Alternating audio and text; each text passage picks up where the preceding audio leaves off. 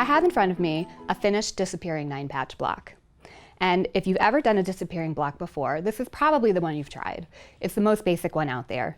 But if you haven't done one before, get ready to be really excited, because you won't believe that this came from 9 charms and turned into this super complicated, magical looking block. So I have all these beautiful fabrics, and I want to show you how I put this together. I'm going to start with 9 charms. I've got 4 low volume fabrics and 5 fabrics that are more saturated in color, because I'm looking for things that have some contrast. And when I lay the block out, I want to lay it out so that I see the colors alternating. So I'm going to start by just pulling through my fabrics, seeing which ones I think look the best next to each other.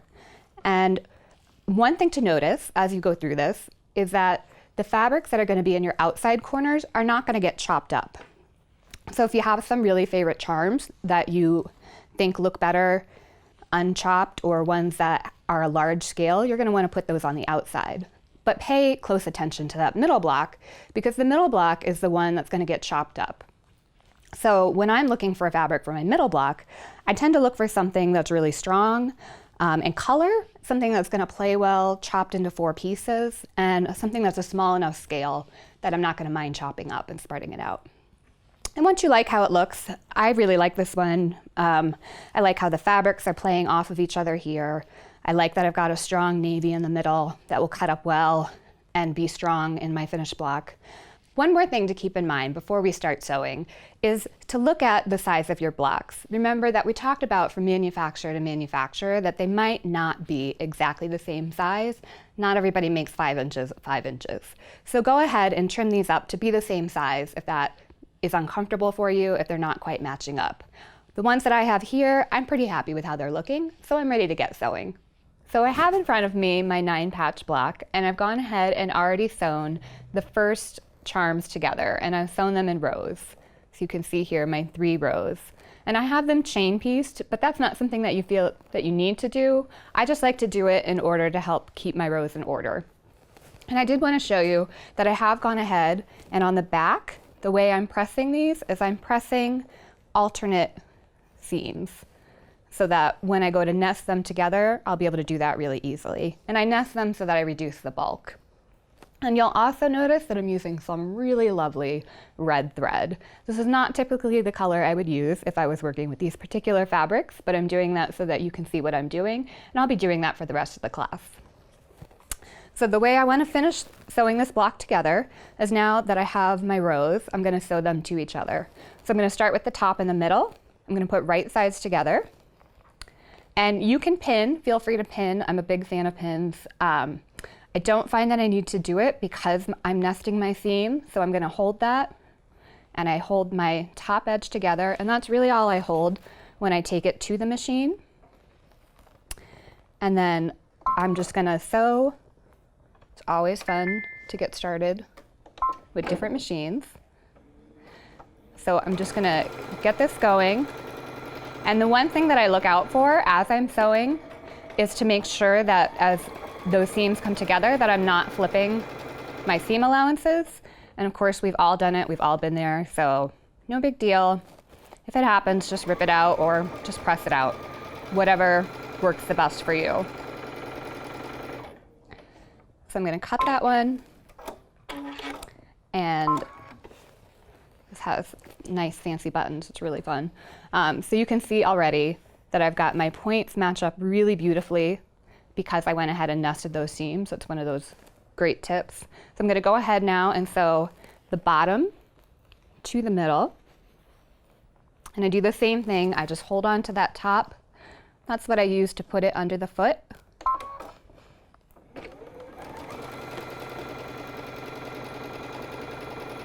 And again, as I come up on this, where the seams meet, I just make sure, see, I'm going to check, that one was flipped, that my seams aren't flipping. And I also always check this bottom fabric because sometimes that gets away from me too. So you can pin that if you want, that'll help a lot.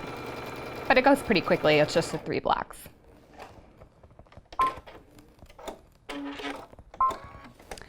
So I have that done, and you can see what the finished 9 patch looks like. And then I would go ahead and I would press, at this point, I would press all of my seams in one direction. And I would just finish it up that way. So now the real magic is going to happen. So I have my block all sewn together, this 9 patch, and I'm ready to start cutting it apart and do the really fun stuff. So let me just remind you, I'm working with a standard rotary cutter. I have a ruler, an acrylic ruler that's long enough to go across the block that I'm using currently. And again, I'm using that rotating mat, but you can use whatever mat you feel most comfortable with. I've gone ahead and lined up my block so that it's centered on the mat. And this time we're going right back to that original cutting that I talked about, and we're just cutting right through the center in both directions. So this mat is great because it tells me my center line, so I love that. I'm going to cut right through the center, pick up my mat so I don't disturb my block, and I keep it as straight as possible. In fact, that bumped a little, so I might even shove it back together. And then go ahead and do my second cut. And then we get to have fun. So here you go. You have 4 pieces. You started with 9 and now you've got 4. But these are really complicated 4 that you wouldn't have wanted to sew together with all those little pieces. And already you can see that it's going to be really fun. We can start turning things around. I could turn all of my blocks. Maybe put all those big charms matching in the center, and you get a great cornerstone going. That's a great look. I tend to end up flipping one to the center because I usually like seeing how the diagonals start connecting. So I think the way that I ended up laying it out, it's just up to you. You can move them around now that you've got 4 squares. They really can be in any orientation that you'd like. But just to show you, I ended up really liking this one because I like how these 2 patterns come together, the way they meet, and then keeping these ones separate. And we have this great navy diagonal. So let me go ahead and show you what it looks like all sewn together, because that's just a basic 4 patch, and you can sew that together. So we take it, and then here we have, again, that finished disappearing 9 patch block. And you would never believe you had started with 9 charms. And what's really great is when we see it in repeat. And when you see it in repeat, one of the things that I love is that I love that we can still see the charms that I didn't cut up, how they're really dominant, and they are all over the quilt. And in contrast, that navy fabric that got cut up and is so tiny, and the movement it adds to the quilt, but because it's navy, it has a really strong sense to it, and it really holds its own. So I really love that about that quilt.